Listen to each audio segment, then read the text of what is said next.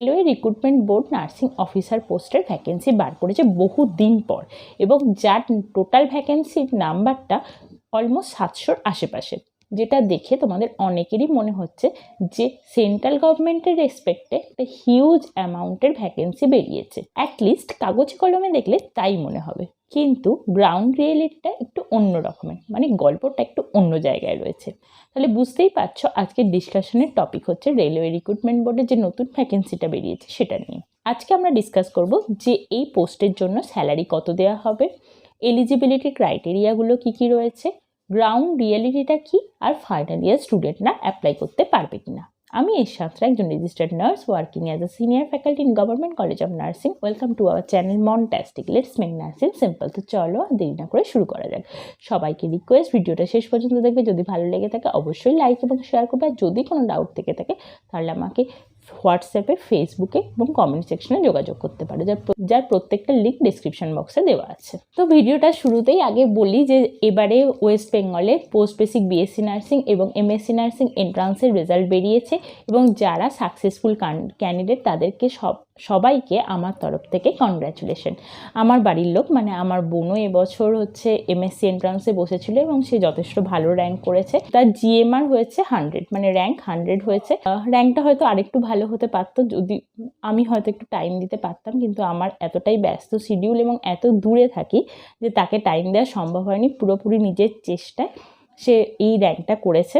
তো সামনে তো রয়েছে কাউন্সেলিং, তো কাউন্সেলিং প্রসেসটা নিয়ে অনেকেরই ডাউট থাকে, তো সেই জন্য অনেকেই রিকোয়েস্ট করে যে কাউন্সেলিং শুরু হওয়ার আগে কাউন্সেলিং প্রসেসটা নিয়ে একটা যদি ভিডিও করা যায়, আমি চেষ্টা করব যে যদি এটা পসিবল হয়।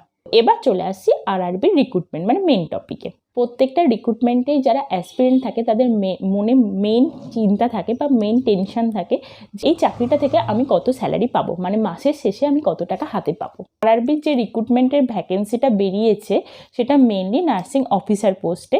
নোটিশে লেখা আছে for the post of nursing superintendent, যার স্যালারি মানে বেসিক পে 44,900। যদি বেসিক পে 44,900 হয় তাহলে তোমার স্যালারি অলমোস্ট ভ্যারি করবে 67,000 থেকে 74,000-এর মধ্যে, ডিপেন্ড করছে যে তুমি কোন সিটিতে পোস্টিং পাচ্ছ।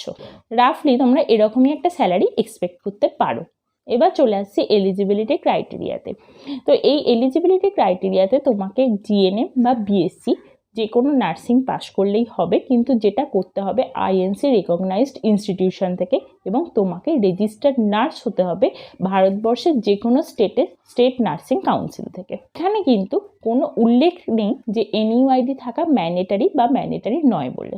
যেহেতু নোটিশে আইএনসি কথাটা লিখেছে এবং ডকুমেন্ট ভেরিফিকেশন রেলওয়ে রিক্রুটমেন্ট বোর্ডে কিন্তু খুব স্ট্রিক্ট হয়, তাই যখন অ্যাপ্লাই করবে এই কথাটা মাথায় রেখেই অ্যাপ্লাই করবে।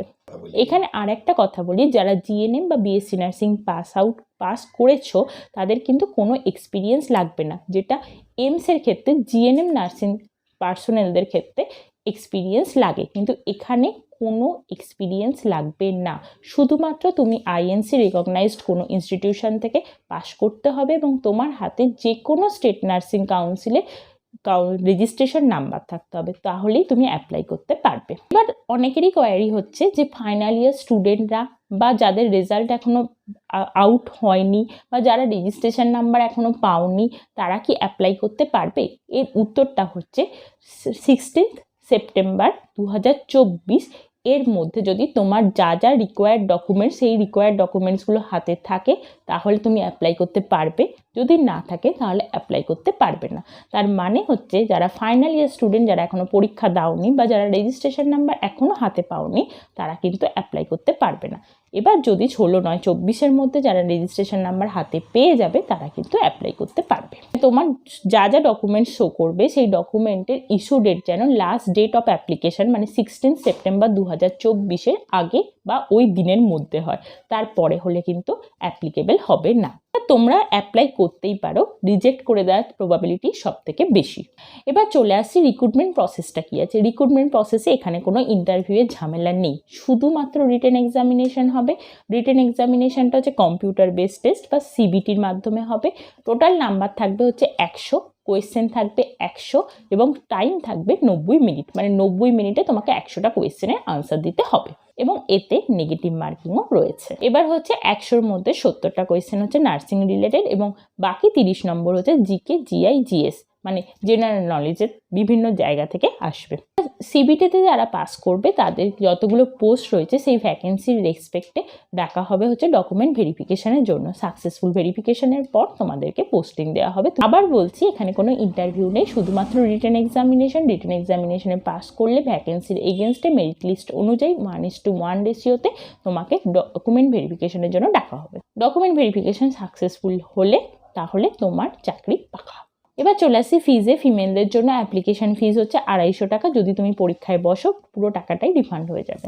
এবার চলে আসি গ্রাউন্ড রিয়েলিটি, মানে মেন গল্পে। 700 ভ্যাকেন্সি, নাম্বারটা শুনতে সত্যি হিউজ। অ্যাটলিস্ট সেন্ট্রাল গভর্নমেন্টের রিক্রুটমেন্টের রেসপেক্টে তো হিউজই বটে।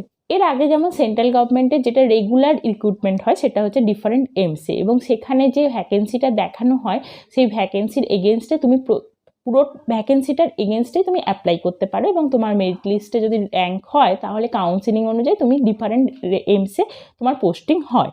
কিন্তু এখানে গ্রাউন্ড রিয়েলিটিটা একটু অন্যরকম। এখানে যে 713 যে ভ্যাকেন্সিটা দেখছো নোটিশ সেকশনে, সেটা হচ্ছে ইন্ডিয়াতে যত রেলওয়ে রিক্রুটমেন্ট বোর্ড রয়েছে তার কিউমুলেটিভ হচ্ছে 713। যেমন ধরো আরআরবি চেন্নাই রয়েছে, আরআরবি বেঙ্গালোর আছে, আরআরবি গুয়াহাটি আছে, আরআরবি কলকাতা রয়েছে। এরকম টোটাল আরআরবি মিলিয়ে যে টোটাল ভ্যাকেন্সি সেটা হচ্ছে 713। এতক্ষণ পর্যন্ত জিনিসটা তাও ঠিক ছিল। তো কি হয়েছে, যেখানে আমার পোস্টিং দেবে সেখানেই আমি মেরিট লিস্টে র্যাঙ্ক করলে চলে যাব, মানে আমি সমস্ত আরআরবির রেসপেক্টে আমি অ্যাপ্লাই করতে পারবো। কিন্তু না, তুমি সমস্ত আরআরবির রেসপেক্টে অ্যাপ্লাই করতে পারবে না। তুমি ইন্ডিয়ার যে কোনো একটা মানে সিঙ্গেল আরআরবির ভ্যাকেন্সির রেসপেক্টে অ্যাপ্লাই করতে পারবে, অন্য আর কোনো আরআরবির রেসপেক্টে তোমার অ্যাপ্লিকেশনটা গ্র্যান্টেড হবে না। মনে করো তুমি আরআরবি কলকাতাকে সিলেক্ট করলে এবং আরআরবি কলকাতার এগেনস্টে অ্যাপ্লাই করলে, তাহলে আরআরবি কলকাতায় যতগুলো পোস্ট রয়েছে তার এগেনস্টেই তোমার অ্যাপ্লিকেশনটা অ্যাপ্লিকেবল হবে। আরআরবি মালদা বা আরআরবি শিলিগুড়ির ক্ষেত্রে কিন্তু যে ভ্যাকেন্সিগুলো বেরিয়েছে সেগুলো কিন্তু তোমার জন্য অ্যাপ্লিকেবল হবে না। এবার তোমাদের অনেকেরই মনে হতে পারে যে আমি অন্য কিছু ডেটা চেঞ্জ করে দুটো আরআরবির এগেনস্টে অ্যাপ্লাই করব, কিন্তু তাতে কোনো লাভ হবে না। তার কারণ হচ্ছে পরীক্ষা একই দিনে হবে, সমস্ত আরআরবির একই দিনে পরীক্ষা। তাই যদি তুমি দুটো অ্যাপ্লিকেশন করো তুমি তো আর দুটো মানুষ হয়ে পরীক্ষা দিতে পারবে না। তাই এক্ষেত্রে কোনো কিছুই ধোপে টিকবে না আর কি। আর একটা ইম্পর্টেন্ট, সেটা হচ্ছে তুমি যখন অ্যাপ্লিকেশান করবে তোমার আধার অথেন্টিকেশনটা অবশ্যই করাতে হবে। আর আধার অথেন্টিকেশন করলে তুমি আর একটা আরআরবির এগেনস্টে ডুপ্লিকেট অ্যাপ্লিকেশন করতে কখনোই পারবে না। তার মানে এটা মোরাল অফ দ্য স্টোরি হচ্ছে তুমি 700 ভ্যাকেন্সির এগেনস্টে অ্যাপ্লাই করছো না, তুমি যে আরআরবি সিলেক্ট করছো সেই আরআরবির যতগুলো ভ্যাকেন্সি আছে তার এগেনস্টেই তুমি পরীক্ষা দিচ্ছ, অন্য কোনো আরআরবির এগেনস্টে তুমি পরীক্ষা দিতে পারবে না। এই পরীক্ষাটার মেইন ইম্পর্টেন্ট বিষয় হচ্ছে এটাই যে তুমি কোন আরআরবিতে অ্যাপ্লাই করবে। ওয়েস্ট বেঙ্গলে 3টে আরআরবির এগেনস্টে ভ্যাকেন্সির এগেনস্টে পরীক্ষা রয়েছে, সেটা হচ্ছে কলকাতা, আরআরবি মালদা আর আরআরবি শিলিগুড়ি। এর মধ্যে সব থেকে বেশি ভ্যাকেন্সি রয়েছে আরআরবি কলকাতায়। আরআরবি কলকাতায় 127টা ভ্যাকেন্সি, মালদায় 22টা ভ্যাকেন্সি আর শিলিগুড়িতে 15টা ভ্যাকেন্সি। আরআরবি সিলেক্ট করার একটা সমস্যা হচ্ছে, সেটা হচ্ছে যে আরআরবি সিলেক্ট করেছো এবং যদি তুমি চান্স পেয়ে যাও তাহলে সেই আরআরবির এগেনস্টেই তোমার পোস্টিং হবে। তুমি যদি কলকাতা সিলেক্ট করো তাহলে কলকাতায় পোস্টিং হবে, বা যদি তুমি মালদা সিলেক্ট করো তাহলে মালদায় হবে, বা তুমি যদি শিলিগুড়ি সিলেক্ট করো তাহলে পোস্টিং তোমার শিলিগুড়িতে হবে যদি তুমি চান্স পেয়ে যাও। এবার একটা আরআরবি থেকে আর একটা আরআরবি ট্রান্সফার হওয়াটা খুবই ডিফিকাল্ট, কারণ এখানে যে লেখা আছে সেটা অনুযায়ী একটা আরআরবি থেকে আর একটা আরআরবি ট্রান্সফার অ্যাপ্লিকেশনই করতে পারবে তুমি 5 থেকে 10 বছর পর। আর এটা হচ্ছে অ্যাপ্লিকেশন করতে পারবে, আদৌ যে অ্যাপ্লিকেশনটা গ্র্যান্টেড হবে এবং তুমি ট্রান্সফার পাবে এর কোনো গ্যারেন্টি নেই। তাই আরআরবি সিলেক্ট করার আগে একবার চিন্তা করবে, পারলে আরও একবার চিন্তা করবে, তারপরেই ফিল আপ করবে। আজকের সেশনটা এই পর্যন্ত। সবাই সুস্থ থেকো, ভালো থেকো, থ্যাংক ইউ।